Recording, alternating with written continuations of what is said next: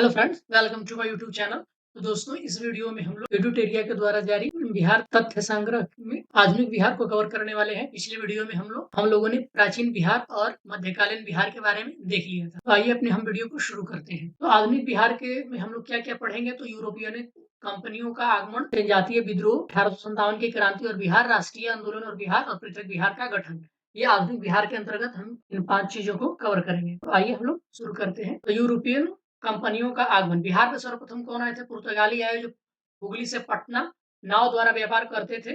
वे पटना से सूरा, सूती वस्त्र, चीनी मिट्टी के बर्तन और मसाले आदि प्राप्त करते थे। 1632 ईस्वी में पटना में पटना कॉलेज के उत्तरी इमारत डचों ने अपना व्यापारिक केंद्र स्थापित किया था। ये कई बार पूछा जा चुका है। डचों की अभिरुचि सूती वस्त्र और सूरा आदि में था। अंग्रेजों ने 1620 ईस्वी में पटना के आलमगंज में अपना व्यापारिक केंद्र स्थापित किया, लेकिन वह 1621 ईस्वी में बंद हो गई। उन्हें व्यापारिक केंद्र स्थापित करने में वास्तविक सफलता 1651 ईस्वी में मिली। अंग्रेज यात्री पीटर मुंडी 1632 ईस्वी में बिहार आया था। उसने व्यापार की संभावनाएं देखी तथा डच कंपनी को व्यापार करते हुए देखा। अंग्रेजी कंपनी की फैक्ट्री में वर्तमान में गुलजार बाग पटना स्थित गवर्नमेंट प्रिंटिंग प्रेस एवं सर्वे कार्यालय स्थित है। डेनिश कंपनी 1774 में पटना सिटी के नेपाली कोठी के समीप पहली फैक्ट्री स्थापित की थी। मुगल शासक फारूक सियर 1713 से 19 ईस्वी में रहे थे। 1717 ईस्वी में अंग्रेजों को भारत में कहीं भी व्यापार करने और सिक्के प्रयोग करने की मान्यता दी। इस घोषणा को ईस्ट इंडिया कंपनी का मैग्ना कार्टा कहा जाता है। चलिए आगे बढ़ते हैं। तो बिहार, बंगाल एवं अंग्रेज। तो अंग्रेजी कंपनी को 1717 ईस्वी में व्यापारिक अधिकार प्राप्त हो गया था। दूसरी ओर बंगाल के नवाब अलीवर्दी खान मुगलों से हटकर स्वतंत्र सत्ता चला रहे थे, अतः व्यापारिक हितों के लिए संघर्ष होना स्वाभाविक बात थी। 1756 ईस्वी में अलीवर्दी खान की मृत्यु के बाद का नाती सिराजुद्दौला बंगाल का नवाब बना। 13 जून 1757 को अंग्रेजों और सिराजुद्दौला के बीच प्लासी की लड़ाई हुई, जिसमें सिराजुद्दौला पराजित हो गया। डेट याद रखेंगे, 23 जून 1757 को। इसके बाद मीर जाफर को कठपुतली का नवाब बनाया गया। 1760 ईस्वी में मीर जाफर की जगह उसके दामाद मीर कासिम को नवाब बनाया गया। मीर कासिम ने अंग्रेजों के हस्तक्षेप को कम करने के उद्देश्य से अपनी राजधानी मुंगेर स्थानांतरित किया। स्थानीय व्यापारियों पर से करों को समाप्त कर दिया। इससे ब्रिटिश व्यापारियों को परेशानी होने लगी। अंग्रेजों ने 1763 ईस्वी में मीर कासिम को हटाकर पुनः मीर जाफर को नवाब बना दिया। 1763 ईस्वी में मीर कासिम भाग करके पटना आ गया। पटना में उसने अंग्रेजी फैक्ट्री पर अधिकार कर लिया। इसके बाद वह अवध के नवाब शुजाउद्दौला एवं मुगल बादशाह शाह आलम द्वितीय से मिला। तीनों के संयुक्त सेना एवं अंग्रेजों कौन थे अंग्रेज में? तो हेक्टर मुनरो के नेतृत्व के बीच 22 अक्टूबर 1764 को बक्सर का युद्ध हुआ। इस युद्ध में जो संयुक्त सेना हार गई थी। 12 अगस्त 1765 को इलाहाबाद की संधि के तहत मुगल सम्राट शाह आलम द्वितीय को 25 लाख रुपए वार्षिक के बदले ईस्ट इंडिया कंपनी को बिहार, बंगाल और उड़ीसा के दीवानी यानी लगान वसूली का अधिकार देना पड़ा। 1766 ईस्वी में पटना स्थित अंग्रेजी फैक्ट्री के मुख्य अधिकारी मिडल्टन को राजा धीरज नारायण और राजा सिताब राय के साथ एक प्रशासनिक मंडली का सदस्य बनाया गया। 1767 ईस्वी में धीरज नारायण को हटाकर सिताब राय को कंपनी का नया दीवान बनाया गया। 1770 ईस्वी में बंगाल बिहार के क्षेत्र में भीषण अकाल पड़ा। पटना, भागलपुर, दरभंगा, पूर्णिया अकाल का भयंकर प्रकोप था।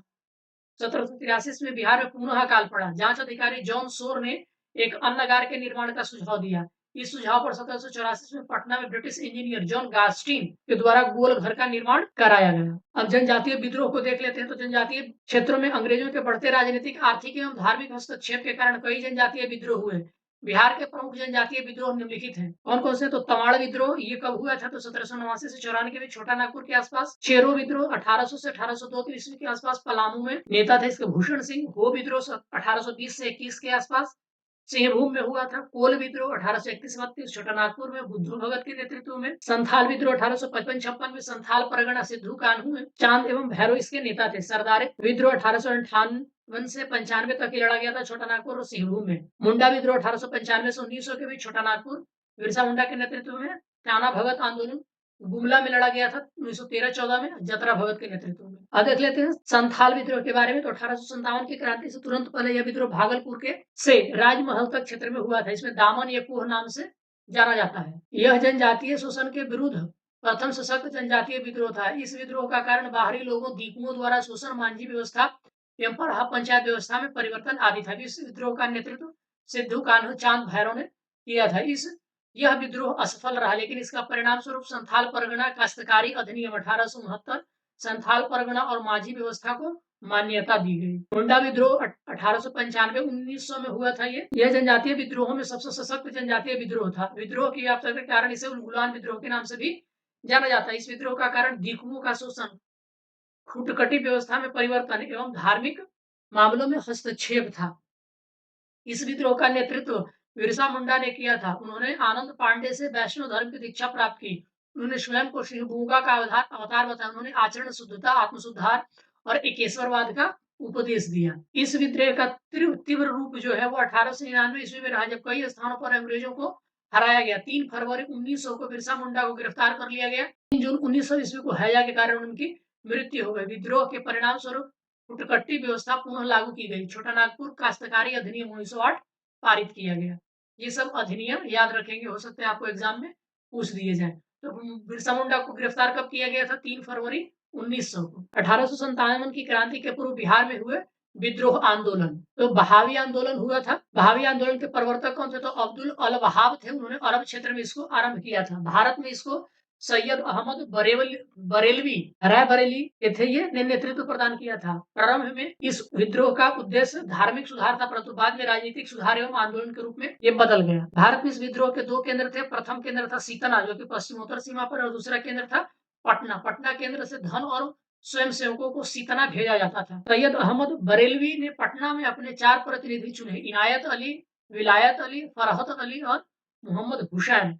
ये पूछा हुआ सवाल है, इनमें से कौन वहाबी आंदोलन से संबंधित है? ये सवाल कई बार पूछा गया है। बंगाल का फरायजी आंदोलन वहाबी आंदोलन से ही प्रेरित था।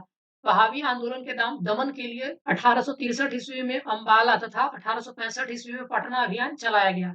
वहाबी नेताओं को कारावास और मृत्यु दंड की सजा दी गई। अंततः आंदोलन को दबा दिया गया। अब नूनिया विद्रोह के बारे में देखते हैं, जो कि 1770 से 1800 ईस्वी में हुआ था। बिहार के सोरा उत्पादक वर्ग नूनिया द्वारा यह विद्रोह किया गया था। सोरा का उपयोग बारूद बनाने में किया जाता था।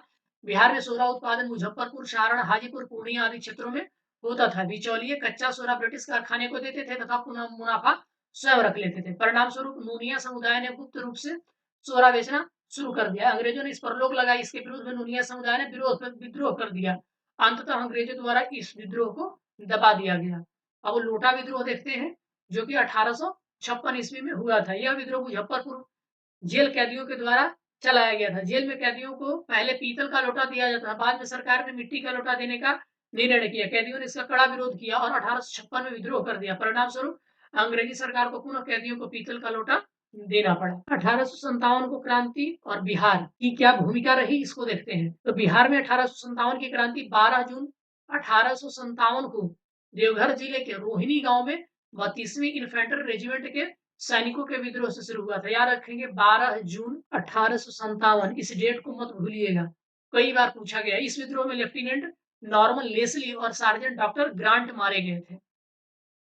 रोहिणी के विद्रोह को मेजर मैकडोनाल्ड ने दबा दिया था। अगेन इंपॉर्टेंट, विद्रोही सैनिकों को फांसी दे दी गई थी। पटना में विद्रोह का नेतृत्व 3 जुलाई को पटना सिटी के पुस्तक विक्रेता पीर अली, यानी कि पटना में कब शुरू हुआ? तो 3 जुलाई को। विद्रोह में अफीम एजेंट डॉक्टर आर लॉयल मारा गया, परंतु कमिश्नर टेलर ने विद्रोह को दबा दिया। पीर अली सहित 17 व्यक्तियों को फांसी दे दी गई। 25 जुलाई 1857 को मुजफ्फरपुर में असंतुष्ट सैनिकों ने कुछ अंग्रेज अधिकारियों की हत्या कर दी। उसी दिन दानापुर में 3 रेजिमेंट के सैनिकों ने भी विद्रोह कर दिया। सैनिकों ने शाहाबाद जिले में प्रवेश करके जगदीशपुर के जमींदार बाबू कुंवर सिंह से मिलकर विद्रोह प्रारंभ कर दिया। तो जब मुजफ्फरपुर में कब? तो 25 जुलाई को, याद रखेंगे मुजफ्फरपुर। 30 जुलाई को सरकार ने तत्कालीन सारण, तिरहुत, चंपारण, पटना जिले में सैनिक शासन लागू कर दिया। ये 30 जुलाई को। विद्रोह सैनिकों के एक झुंड ने भागलपुर और गया पहुंचकर जेल में 400 कैदियों को मुक्त करा दिया। इन्होंने टिकारी राज पर हमला किया करके 10,000 रुपए लूट लिए थे। जगदीशपुर के जमींदार बाबू कुंवर सिंह ने बिहार में हुए 1857 की क्रांति का नेतृत्व किया। उन्हें कमिश्नर टेलर ने पटना में भेंट करने के लिए निमंत्रण दिया, मगर मौलवी अहमदुल्लाह के साथ हुए विश्वासघात को समझते हुए उन्होंने 400 सैनिकों के साथ विद्रोह प्रारंभ कर दिया। उन्होंने जगदीशपुर में बंदूकें और गोला बारूद बनाने का कारखाना स्थापित किया। कहां पर? तो जगदीशपुर में। 27 जुलाई 1857 को आरा पर अधिकार किया। ये भी सवाल दोस्तों पूछा गया है आपका कि आरा पर अधिकार वीर कुंवर सिंह ने कब किया था? तो 27 जुलाई 1857 को, भूलिएगा नहीं। आरा में हुए संघर्ष में कैप्टन डनवर मारा गया, लेकिन कुंवर सिंह को आरा छोड़ना पड़ा। वे रीवा और बांदा के रास्ते लखनऊ पहुंचे। उन्हें अवध के शाह ने आजमगढ़ किला का फरमान दिया था। दिसंबर 1857 में कुंवर सिंह ने नाना साहेब के साथ मिलकर कानपुर में अंग्रेजों के साथ युद्ध किया। उन्होंने आजमगढ़ में भी अंग्रेजों को पराजित किया। 23 अप्रैल 1858 को कैप्टन ली ग्रांट के नेतृत्व में आई ब्रिटिश सेना को कुंवर सिंह ने बुरी तरीके से पराजित किया था। कब?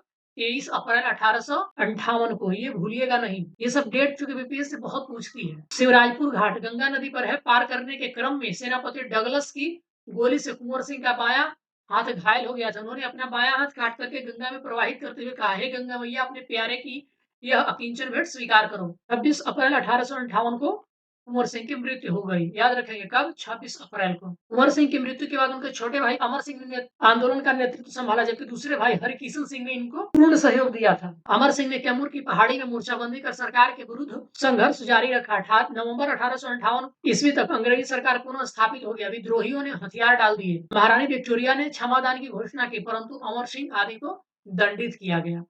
अब कांग्रेस की स्थापना और बिहार के बारे में पढ़ते हैं। तो 28 दिसंबर 1850 ईस्वी को बंबई के गोकुलदास संस्कृत विद्यालय में ए.ओ. ह्यूम के द्वारा भारतीय राष्ट्रीय कांग्रेस की स्थापना की गई। प्रथम अधिवेशन की अध्यक्षता डब्ल्यू.सी. बनर्जी ने की थी। इस अधिवेशन में 72 प्रतिनिधियों ने भाग लिया, लेकिन बिहार से कोई प्रतिनिधि शामिल नहीं था। लेकिन कांग्रेस के दूसरे अधिवेशन में बिहार से 31 प्रतिनिधियों ने हिस्सा लिया था।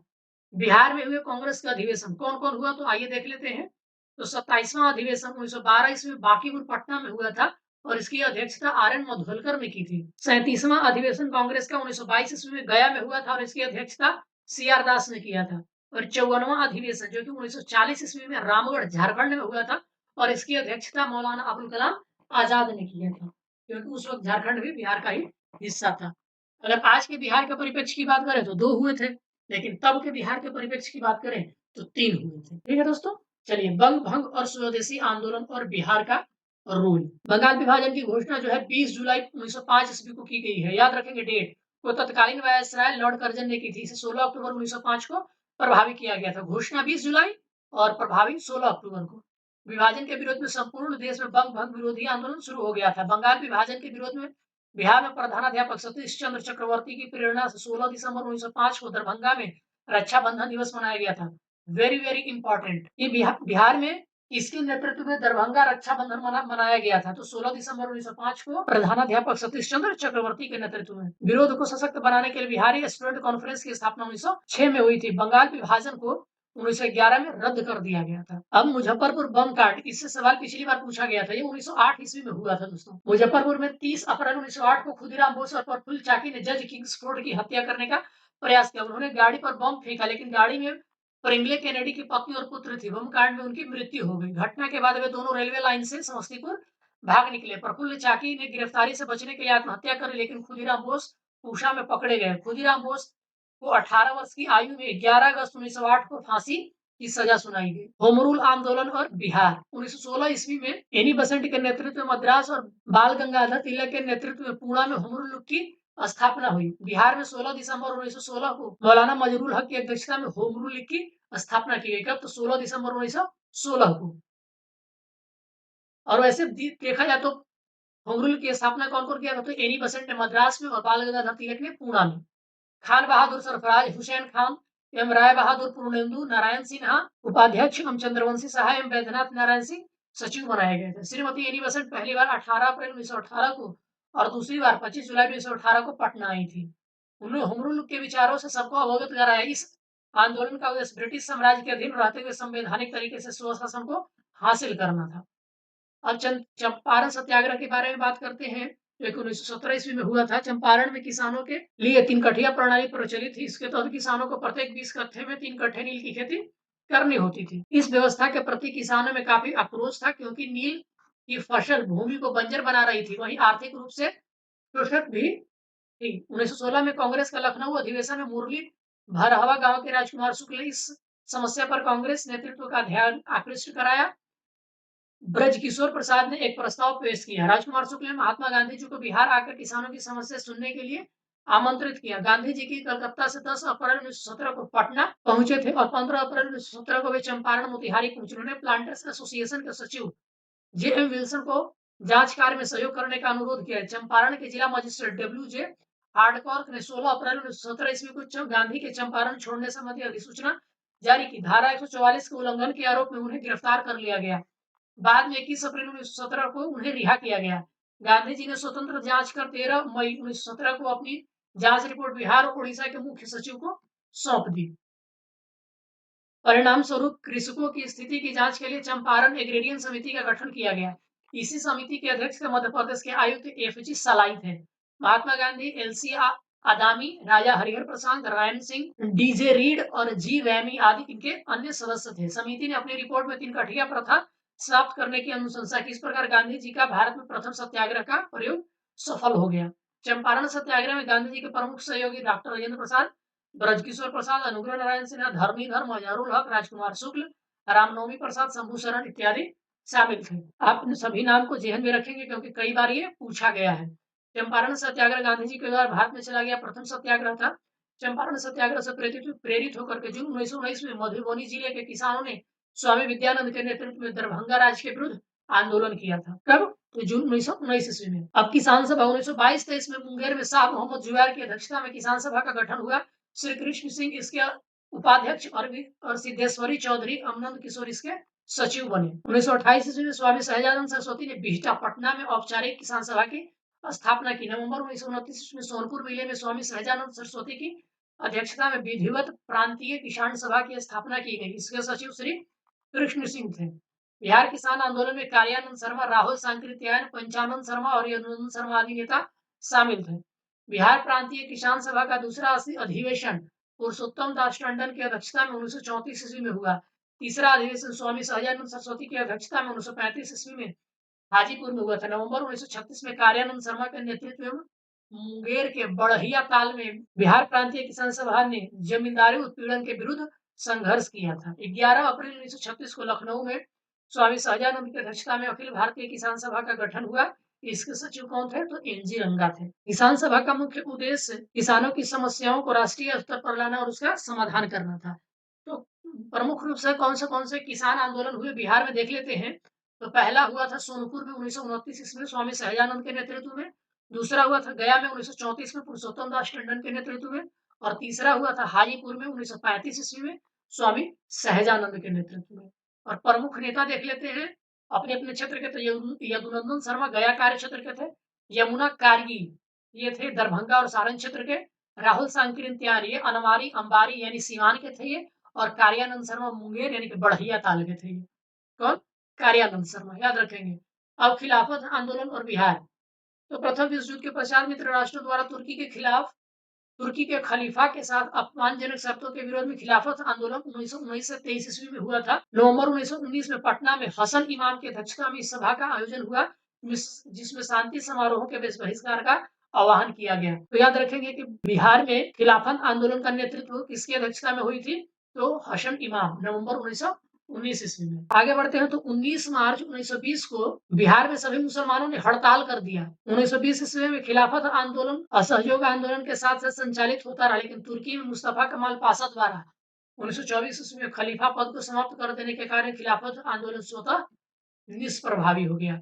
अब असहयोग आंदोलन को देख लेते हैं कि बिहार में क्या रहा। सितंबर 1920 में लाला लाजपत राय की अध्यक्षता में कलकत्ता के विशेष अधिवेशन में गांधी जी के असहयोग प्रस्ताव के स्वीकार किया गया। कांग्रेस के नागपुर अधिवेशन 1920 में इसे पूर्ण स्वीकृति दी गई। बिहार में इससे पूर्व बिहार प्रांतीय सम्मेलन के 12वें अधिवेशन भागलपुर में राजेंद्र प्रसाद की अध्यक्षता में असहयोग आंदोलन पर बल दिया गया। नवंबर 1920 में शाहाबाद के नशाबंदी आंदोलन शुरू किया गया था। असहयोग आंदोलन के क्रम में डॉक्टर राजेंद्र प्रसाद, मजहरूल हक, ब्रजकिशोर प्रसाद, मोहम्मद शफी दाऊदी आदि नेताओं ने विधायिका के चुनाव से अपना नाम वापस ले लिया था। अब राजेंद्र प्रसाद ने वकालत का पेशा छोड़ दिया था। ये पूछा हुआ सवाल है कि किसने वकालत का पेशा छोड़ दिया था? डॉक्टर राजेंद्र प्रसाद ने। उनके भाई राय साहब महेंद्र प्रसाद ने राय साहब की उपाधि लौटा दी थी। ये भी सवाल पूछा हुआ है कि किसने राय साहब की उपाधि लौटाई थी? तो डॉक्टर राजेंद्र प्रसाद के भाई थे महेंद्र प्रसाद। मजिस्ट्रेट पद से इस्तीफा दे दिया था और इन्होंने ही दिया था। असहयोग आंदोलन के शिक्षा के वैकल्पिक साधन उपलब्ध कराने के लिए राष्ट्रीय महाविद्यालय की स्थापना की गई। इसके प्राचार्य राजेंद्र प्रसाद बने। राष्ट्रीय महाविद्यालय के प्रांगण में बिहार विद्यापीठ का उद्घाटन 6 फरवरी 1921 को गांधी जी के द्वारा किया गया। यह भी पूछा हुआ सवाल है दोस्तों। मजहरूल हक इसके कुलाधिपति और ब्रजकिशोर प्रसाद कुलपति बने। असहयोग आंदोलन के दौरान मजहरूल हक ने दीघा के पास मित्र खैरू मियां से दान में प्राप्त भूमि पर सदाकत आश्रम की स्थापना की। 30 सितंबर 1921 किसने की थी? मजहरूल हक ने, याद रखेंगे। 1921 में मजहरूल हक ने सदाकत आश्रम से दी मदरलैंड नाम की अखबार निकाला प्रारंभ किया, जिसने राष्ट्रीय भावना का प्रचार किया। आपसे पूछा जाएगा मदरलैंड अखबार कौन निकालता था? तो मजहरूल हक। 30 सितंबर 21 ईस्वी में सदाकत आश्रम से। 22 दिसंबर 1921 को युवराज प्रिंस ऑफ वेल्स का पटना आगमन हुआ। उस दिन पटना में हड़ताल आयोजित किया गया और दोस्तों इसका नेतृत्व सरला देवी ने किया था, आप याद रखेंगे। 5 फरवरी 1922 ईस्वी में चौरी चौरा की घटना के बाद गांधी जी के द्वारा 12 फरवरी 1922 को असहयोग आंदोलन स्थगित कर दिया गया। ब्रिटिश सरकार से असहयोग के लिए मौलाना सज्जाद द्वारा इमारत ए सरिया संस्था का गठन फुलवारी शरीफ में किया गया था। अब राष्ट्रीय आंदोलन और बिहार देख लेते हैं। तो कांग्रेस का अधिवेशन 37वां अधिवेशन 1922 में बिहार के गया में हुआ था। इसके अध्यक्ष देशबंधु चित्तरंजन दास थे।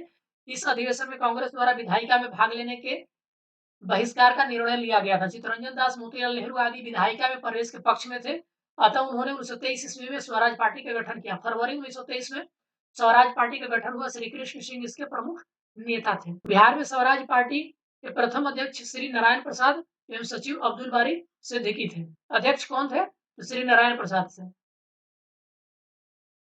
साइमन कमीशन और बिहार के बारे में देख लेते हैं। तो साइमन कमीशन में एक भी भारतीय सदस्य नहीं होने के कारण भारत में इसके आगमन पर विरोध का निर्णय लिया गया। 1928 ईस्वी में साइमन कमीशन का भारत में आगमन हुआ। यह आयोग भारत में मॉन्टेग्यू चेम्सफोर्ड सुधारों की जांच के उद्देश्य से आया था। राष्ट्रीय स्तर पर लाला लाजपत राय के नेतृत्व में विरोध प्रदर्शन किया गया। बिहार में साइमन कमीशन 12 दिसंबर 1928 को पटना आया। अनुग्रह नारायण सिंह के नेतृत्व में बिहार के नौजवानों ने इसका विरोध किया। अब बिहार सोशलिस्ट पार्टी जो कि 1931 में गंगा शरण सिन्हा, रामानंद मिश्रा, रामवृक्ष मिनपुरी आदि के बिहार सोशलिस्ट पार्टी नामक संगठन स्थापित किए थे इन्होंने। गंगा शरण सिंह, रामानंद मिश्रा, रामवृक्ष मिनपुरी और बिहार सोशलिस्ट पार्टी बनाए थे। इन तीनों ने मिलकर के 1931 ईस्वी में। 1934 में पटना के अंजुमन इस्लामिया में बिहार सोशलिस्ट पार्टी की औपचारिक स्थापना हुई। इसके अध्यक्ष थे श्री आचार्य श्री नरेंद्र देव और सचिव थे जयप्रकाश नारायण। इसके सदस्य रामवृक्ष बेनीपुरी, गंगा शरण सिन्हा, अब्दुल बारी और योगेंद्र शुक्ला थे। इस संगठन का मुख्य योगदान समाजवादी विचारों को बढ़ाने और किसान मजदूरों को संगठित करना रहा। सविनय अवज्ञा आंदोलन और बिहार। तो कांग्रेस के लाहौर अधिवेशन 1929 में पूर्ण स्वराज के साथ सविनय अवज्ञा आंदोलन का प्रस्ताव पारित हो गया। डेट याद रखेंगे 1929 ईस्वी में। प्रस्ताव के अनुरूप 26 जनवरी 1930 को बिहार सहित संपूर्ण भारत में स्वतंत्रता दिवस उत्साहपूर्वक मनाया गया। गांधी जी ने 12 मार्च 1930 को दांडी यात्रा प्रारंभ की। 6 अप्रैल 1930 को दांडी में नमक कानून का उल्लंघन कर सत्याग्रह प्रारंभ किया गया। बिहार में नमक सत्याग्रह का आरंभ याद रखेंगे 15 अप्रैल को चंपारण और सारण जिला में नमकीन मिट्टी से नमक बनाकर किया गया था। तो देश में कब किया गया था? 6 अप्रैल 1930 को, बिहार में 15 अप्रैल को। और यात्रा कब आरंभ की गई थी? तो 12 मार्च को। सविनय अवज्ञा आंदोलन के दौरान बिहार में विदेशी वस्त्रों एवं शराब की दुकानों का विरोध किया गया। मई 1930 में स्वदेशी लीग की स्थापना हुई। इसके अध्यक्ष सर अली इमाम थे। इस आंदोलन के दौरान छपरा जेल के कैदियों ने विदेशी वस्त्रों का बहिष्कार किया था और नंगी हड़ताल की थी। आपसे पूछा जाता है कि किस आंदोलन के समय छपरा जेल के कैदियों ने नंगी हड़ताल की थी? तो सविनय अवज्ञा आंदोलन के समय। सविनय अवज्ञा आंदोलन के दौरान ही चौकीदारी कर बंद करने के लिए आंदोलन चलाया गया। ये भी पहले पूछा हुआ सवाल है। सारण, चंपारण, शाहबाद, पूर्णिया, मुंगेर, पटना आदि में चौकीदारी कर बंद कर दिया गया। 30 जून 1930 को कांग्रेस को अवैध संगठन घोषित कर दिया गया। 5 जुलाई को राजेंद्र प्रसाद को गिरफ्तार कर 6 माह की कैद की सजा दी गई। गिरफ्तारी के बाद राजेंद्र प्रसाद ने भागलपुर के दीप नारायण सिंह को अपना उत्तराधिकारी मनोनीत किया। गांधी जी के द्वारा आंदोलन को स्थगित करने तथा बिहार में आंदोलन सक्रिय रहा था। कब? आंदोलन स्थगित करने तक बिहार में यह आंदोलन सक्रिय रहा था। अब बिहार विधानसभा चुनाव 1937 को देख लेते हैं। तो जनवरी 1937 में बिहार में विधानसभा के चुनाव हुए।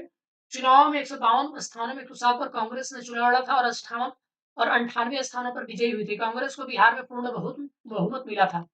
विधान परिषद में भी कांग्रेस को बहुमत मिल गया। तत्कालीन राज्यपाल एमजी हैलेट ने कांग्रेस विधायक दल के नेता श्री कृष्ण सिंह को सरकार बनाने का निमंत्रण भेज दिया। राज्यपाल द्वारा वैधानिक कार्यों में हस्तक्षेप नहीं करने के आश्वासन नहीं देने पर श्री कृष्ण सिंह ने सरकार बनाने से इनकार कर दिया। इसके उपरांत राज्यपाल ने दूसरी बड़ी पार्टी इंडिपेंडेंट पार्टी के नेता मोहम्मद यूनुस को सरकार बनाने के लिए आमंत्रित किया था।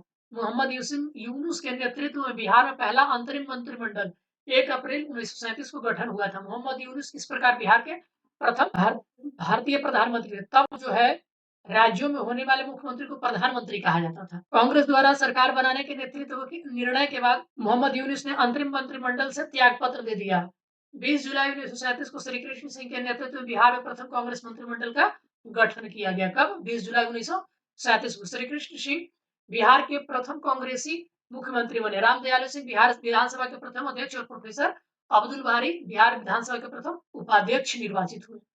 द्वितीय विश्व युद्ध में भारत को शामिल करने के विरोध में बिहार के श्री कृष्ण सिंह ने 31 अक्टूबर 1939 को त्याग पत्र दे दिया। अब भारत छोड़ो आंदोलन और बिहार के बारे में जानते हैं। तो क्रिप्स मिशन की असफलता के बाद राष्ट्रीय स्तर पर 8 अगस्त 1942 को कांग्रेस द्वारा भारत छोड़ो आंदोलन प्रारंभ किया गया। गांधी जी ने करो या मरो का नारा दिया। 9 अगस्त को कांग्रेस के प्रमुख नेताओं को गिरफ्तार कर लिया गया। बिहार में राजेंद्र प्रसाद को गिरफ्तार कर बांकीपुर जेल भेजा गया। ये पूछा हुआ सवाल है। तो डॉक्टर राजेंद्र प्रसाद को भारत छोड़ो आंदोलन के समय कहां से गिरफ्तार किया गया था? तो पटना से, और इनको गिरफ्तार करके बांकीपुर जेल भेज दिया गया था। बलदेव सहाय ने अंग्रेजों द्वारा कांग्रेस के प्रमुख नेताओं की गिरफ्तारी के विरोध में महाधिवक्ता पद से इस्तीफा दे दिया था। ये भी पूछा हुआ है। 11 अगस्त 1942 को बिहार के विद्यार्थियों ने सचिवालय भवन के सामने जुलूस के मुख्य इमारत पर झंडा फहराने का प्रयास किया। पटना के तत्कालीन जिलाधिकारी डब्ल्यू.जी. ऑर्चर के आदेश पर पुलिस ने गोलियां चलाई। 7 छात्र गोलीकांड में शहीद हो गए और अनेक छात्र गंभीर रूप से घायल हो गए। अब उमाकांत सिन्हा, रामानंद सिंह, सतीश प्रसाद झा, डॉक्टर राजेंद्र सिंह है, राम गोविंद सिंह, देवीपद चौधरी और जगपति कुमार गोलीकांड में शहीद हुए थे। ये 7 लोगों के नाम है जो कि बिहार सचिवालय के आगे झंडा लिए हुए शहीद हुए थे। कौन कौन एक बार देखिए, तो उमाकांत सिन्हा, रामानंद सिंह, सतीश प्रसाद झा, राजेंद्र सिंह और राम गोविंद सिंह, देवीपद चौधरी, जगपति कुमार। स्वतंत्रता प्राप्ति के बाद सचिवालय के सामने 7 शहीद स्मारक स्थापित किया गया। इसका शिलान्यास बिहार के प्रथम राज्यपाल जयराम दास दौलत राम ने किया, जबकि औपचारिक अनावरण देश के प्रथम राष्ट्रपति डॉक्टर राजेंद्र प्रसाद ने 1956 ईस्वी में किया था। 12 अगस्त 1942 को सचिवालय गोलीकांड के विरोध में पटना में पूर्ण हड़ताल रही। भारत छोड़ो आंदोलन के दौरान नेपाल में आजाद जनता का अखिल भारतीय केंद्र संगठित हुआ। इसका गठन सरकार के विरुद्ध तोड़फोड़ की कार्यवाही, संचार साधनों को नष्ट करने आदि के उद्देश्य से किया गया। आजाद दस्ता के संस्थापक जयप्रकाश नारायण थे। ये भी पूछा हुआ है। उन्हें गिरफ्तार करके हजारीबाग जेल रखा गया था। 9 नवंबर 1942 को दीपावली की रात वे अपने 5 साथियों रामानंद मिश्र, सूरज नारायण सिंह, योगेंद्र शुक्ल, गुलाबी सुनार एवं शालिग्राम सिंह के साथ जेल की दीवार फांदकर भाग निकले और आजाद दस्ता का गठन किया था। ये भी सवाल पूछा हुआ है आपका। नेपाल में आजाद दस्ता का प्रशिक्षण शिविर राजविलास जंगल में गठित हुआ। इसमें बिहार के युवाओं को छापामार युद्ध एवं अग्निशस्त्रों को चलाने की शिक्षा दी गई। इसके निदेशक सरदार नित्यानंद सिंह थे। आजाद दस्ता में जयप्रकाश नारायण के साथ साथ राम मनोहर लोहिया, अरुणा आसफ अली, सूरज नारायण सिंह, योगेंद्र शुक्ला, रामानंद मिश्र, अच्युत पटवर्धन आदि समाजवादी नेता शामिल थे। आजाद दस्ता के रेडियो प्रचार का दायित्व राम मनोहर लोहिया पर था। 1943 ईस्वी में के मध्य तक सभी प्रमुख नेताओं को गिरफ्तार कर लिया गया, अतः आजाद दस्ता का प्रयास ढीला पड़ गया। भारत छोड़ो आंदोलन के दौरान बिहार के छात्रों ने ट्रेन पर कब्जा कर स्वराज ट्रेन नाम से चलाया था। कब? तो भारत छोड़ो आंदोलन के दौरान। और ये भी सवाल पूछा हुआ है। सिवान में थाने पर राष्ट्रीय झंडा फहराने की कोशिश में फूलेना प्रसाद श्रीवास्तव पुलिस की गोलियों के शिकार हो गए। भारत छोड़ो आंदोलन में बिहार का मुख्य केंद्र गांधी मैदान था। 1942 ईस्वी में इसका नाम पटना लॉन्च था। बाद में 1948 में इसका नाम गांधी मैदान रखा गया। भारत छोड़ो आंदोलन में बिहार में 15,000 से अधिक व्यक्ति बंदी बनाए गए। 8,783 को सजा हुई और 134 शहीद हुए और 362 व्यक्ति घायल हुए। पृथक बिहार राज्य का गठन किया गया। पृथक बिहार राज्य के गठन का श्रेय सच्चिदानंद सिन्हा को जाता है। उन्होंने महेश नारायण, श्री कृष्ण सहाय और नंद किशोर लाल के साथ मिलकर के 1894 में पटना से बिहार टाइम्स यानी बिहारी समाचार पत्र निकालना प्रारंभ किया था। बिहार टाइम्स के मुख्य संपादक महेश नारायण थे, याद रखेंगे। इस समाचार पत्र ने पृथक बिहार राज्य के गठन की महत्वपूर्ण भूमिका निभाई थी। 1908 में बिहार के प्रदेश कांग्रेस कमेटी का गठन हुआ। बिहार कांग्रेस कमेटी के प्रथम अध्यक्ष हसन इमाम थे। बिहार प्रादेशिक सम्मेलन का प्रथम अधिवेशन 1908 ईस्वी में पटना में हुआ। इसमें पृथक बिहार के निर्माण की मांग को सर्वसम्मति से पारित किया गया। इसका दूसरा अधिवेशन 1909 ईस्वी में भागलपुर में हुआ था। इसमें पुनः पृथक बिहार की मांग दोहराई गई थी। 1911 में केंद्रीय विधान परिषद में सच्चिदानंद सिन्हा और मोहम्मद अली ने बिहार एवं बंगाल के विभाजन का प्रस्ताव पेश किया। 12 दिसंबर 1911 को दिल्ली में आयोजित शाही दरबार में बिहार और उड़ीसा के क्षेत्रों को बंगाल से पृथक कर एक नए राज्य के रूप में घोषणा कर दी गई। आधुनिक बिहार से जुड़े अन्य तथ्यों को देख लेते हैं कि क्या क्या है यहाँ पर। तो 1937 में मोहम्मद अली जिन्ना ने बिहार का भ्रमण कर मुस्लिम लीग का प्रचार प्रसार किया था। 1938 में अब्दुल कयूम अंसारी ने मोमिन कांग्रेस की स्थापना की थी। उन्होंने कांग्रेस के प्रति स्वामी भक्ति रखते हुए बिहार में मुस्लिम लीग के प्रभाव को कम करने का प्रयास किया। 1938 ईस्वी में आदिवासी महासभा का गठन हुआ। इसके अध्यक्ष थियोडोर सुरीन थे। कालांतर में इसके प्रभावशाली नेता राम जयपाल सिंह हुए। बिहार में स्वतंत्रता आंदोलन के क्रम में बिहार की महिलाओं ने बढ़ चढ़कर भाग लिया। इसकी प्रमुख महिला स्वतंत्रता सेनानियों की अगर हम बात करें तो इसमें आती हैं श्रीमती प्रभावती देवी, श्रीमती सैलबाला राय, श्रीमती हसन इमाम, श्रीमती सरस्वती देवी, श्रीमती साधना देवी, श्रीमती विद्यावासिनी देवी, श्रीमती कुसुम कुमारी, श्रीमती राजवंशी देवी, श्रीमती भगवती देवी। आशा सहाय 1943 में सुभाष चंद्र बोस की आजाद हिंद फौज में शामिल हुई। 1946 में जापान से स्वदेश लौटकर उन्होंने महिलाओं को हथियार चलाने का प्रशिक्षण दिया। गोविंदपुर गांव के श्री नरसिंह गोप की पत्नी श्रीमती जिरियावती देवी ने 16 अंग्रेज सिपाहियों की गोली मारकर हत्या कर दी थी। राष्ट्रीय आंदोलन के प्रचार प्रसार में बिहार के साहित्य का भी बड़ा योगदान रहा। डॉक्टर राजेंद्र प्रसाद ने चंपारण में महात्मा गांधी और खादी का अर्थशास्त्र पुस्तकों की रचना की थी। याद रखेंगे डॉक्टर राजेंद्र प्रसाद की 2 कृतियां हैं, कौन कौन? तो चंपारण में महात्मा गांधी और दूसरी कृति है खादी का अर्थशास्त्र। चलिए आगे बढ़ते तो पंडित जगन्नाथ चतुर्वेदी ने भारत की वर्तमान दशा और स्वदेशी आंदोलन पुस्तक लिखा है। इसने लिखा था पंडित जगन्नाथ चतुर्वेदी ने 2 किताबें लिखी, भारत की वर्तमान दशा और स्वदेशी आंदोलन। राजा साहब ने गांधी टोपी की रचना की। किसने? राजा साहब ने। 1926 में श्री कृष्ण सिंह और श्री तेजेश्वर प्रसाद ने बिहार स्टूडेंट कॉन्फ्रेंस की स्थापना की। राजेंद्र प्रसाद ने छात्रों के साथ मिलकर कोलकाता में सर्वेंट्स ऑफ इंडिया सोसाइटी की स्थापना किया था। याद रखेंगे। 1916 में तत्कालीन शिक्षा सदस्य सर शंकरन नायर ने केंद्रीय विधानसभा परिषद में पटना विश्वविद्यालय विधेयक प्रस्तुत किया था। कब? 1916 ईस्वी में। याद रखेंगे। अब यहाँ पर दोस्तों ऐतिहासिक घटनाक्रमों को एक सिलसिलेवार ढंग से आपको पेश किया गया है। आप इसको एक बार देख ले। तो 1000 से लेकर के 600 ईसा पूर्व तक आर्यों का बिहार में आगमन रहा। 563 ईसा पूर्व में गौतम बुद्ध का जन्म, 540 ईसा पूर्व में महावीर स्वामी का जन्म, 483 ईस्वी में गौतम बुद्ध का महापरिनिर्वाण, 468 ईस्वी में महावीर स्वामी का निधन, 544 ईस्वी में बिंबिसार के द्वारा मगध का उत्थान, हर्यक वंश की स्थापना, 455 ईस्वी में उदयन द्वारा पाटलिपुत्र को प्रथम बार राजधानी बनाना, 344 ईसा पूर्व में नंद वंश की स्थापना, 321 ईसा पूर्व में चंद्रगुप्त मौर्य द्वारा मौर्य वंश की स्थापना, 261 ईसा पूर्व में कलिंग युद्ध, 185 ईसा पूर्व मौर्य वंश के अंतिम शासक वृद्धरथ की हत्या शिशुनाग की स्थापना, 78 ईस्वी में कनिष्क द्वारा राजा बनने के अवसर पर शक संवत प्रारंभ करना, 320 ईस्वी में गुप्त संवत आरंभ करना, 635 ईस्वी में हेवेन सांग की बिहार यात्रा, 673 ईस्वी में इत सिंह की बिहार यात्रा, 750 ईस्वी में पाल वंश की स्थापना, 1198 ईस्वी में बख्तियार खिलजी का बिहार शरीफ विजय, 1225 ईस्वी में इल्तुतमिश का बिहार बंगाल पर अभियान, 1324-25 में गयासुद्दीन तुगलक का बिहार का अभियान, 1359-60 में फिरोज शाह का बिहार अभियान, 1504 में सिकंदर लोधी का बिहार अभियान, 1529 ईस्वी में बाबर द्वारा नुहानियों पर विजय, 1532 में हुमायूं का नुहानियों पर विजय, 1534 में सूरजगढ़ की लड़ाई और शेरशाह। ये वेरी वेरी इंपॉर्टेंट है, पूछा गया है। 1539 चौसा युद्ध, शेरशाह की जीत हुई थी। 1540 में कन्नौज युद्ध में शेरशाह की जीत, सूर्यवंश की स्थापना। 1541 में शेरशाह द्वारा पटना का पुनर्निर्माण। 1545 में सासाराम में शेरशाह के मकबरे का निर्माण। 1545 में कलिंजर युद्ध के दौरान शेरशाह का निधन हो गया था। 1576 में अकबर का बिहार विजय। 1616 में मनेर में दौलत शाह के मकबरे का निर्माण। 1621 ईस्वी में शाहजादा परवेज बिहार का प्रांतपति बना था। 1632 ईस्वी पीटर मुंडी बिहार की यात्रा किया था, डचों के व्यापारी केंद्र की स्थापना करी थी। 1651 ईस्वी में बिहार व्यापारी केंद्र की वास्तविक स्थापना। 1666 में श्री गुरु गोविंद सिंह का जन्म। 1670 में जॉन मार्शल की बिहार यात्रा। 1699 में गुरु गोविंद सिंह द्वारा खालसा पंथ की स्थापना। याद रखेंगे कब? 1699 ईस्वी में। तो 1713 ईस्वी में फर्रुख शेर का बिहार में राज्याभिषेक किया गया था। 1717 ईस्वी में अंग्रेजी कंपनी को व्यवहारिक एकाधिकार मिला। 1740 ईस्वी में अलीवर्दी खां बिहार का नवाब बना। 1756 ईस्वी में अलीवर्दी खां का निधन हो गया और सिराजुद्दौला बंगाल का नवाब बना रहा।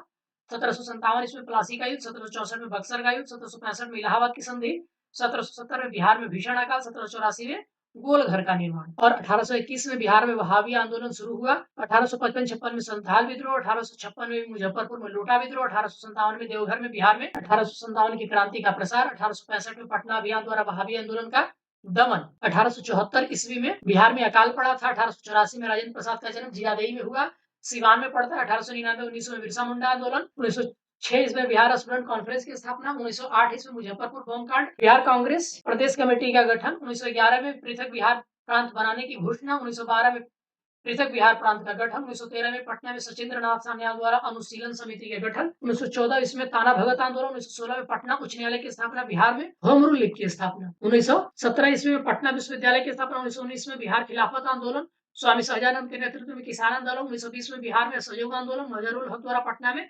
सदाकत आश्रम की स्थापना, 1921 में महात्मा गांधी द्वारा विद्यापीठ की स्थापना, 1923 में बिहार में स्वराज दल का गठन, 1929 में प्रांतीय किसान सभा का गठन, 1930 में बिहार में नमक सत्याग्रह और 1931 में बिहार सोशलिस्ट पार्टी का गठन, 1934 ईस्वी में बिहार सोशलिस्ट पार्टी की औपचारिक स्थापना, 1937 में बिहार प्रांतीय चुनाव, 39 में कांग्रेस मंत्रिमंडल का त्यागपत्र, 1940 में फॉरवर्ड ब्लॉक की बिहार शाखा का स्थापना, 1942 में भारत छोड़ो आंदोलन में बिहार शामिल, पटना सचिवालय गोलीकांड हुआ था 11 अगस्त 1942 में, जिसमें 7 शहीद हो गए थे। 1942 में आजाद दस्ता का गठन, 1946 में श्री कृष्ण सिंह के नेतृत्व में अंतरिम सरकार का गठन, 1947 में 15 अगस्त 1947 को भारत औपनिवेशिक शासन से स्वतंत्र हो गया। दोस्तों, ये रहा आपका संपूर्ण आधुनिक इतिहास, जो कि एडिटोरियल के द्वारा बिहार तथ्य संग्रह में दिया गया था। दोस्तों, आप हमें कमेंट करके जरूर बताओ। अगर वीडियो पसंद आ रहा हो तो लाइक करो, शेयर करना जरूर ना भूलें, और आपको वीडियो कैसा लग रहा हो कमेंट करो, हमें जरूर बताओ। वीडियो देखने के लिए आप सबका बहुत बहुत धन्यवाद।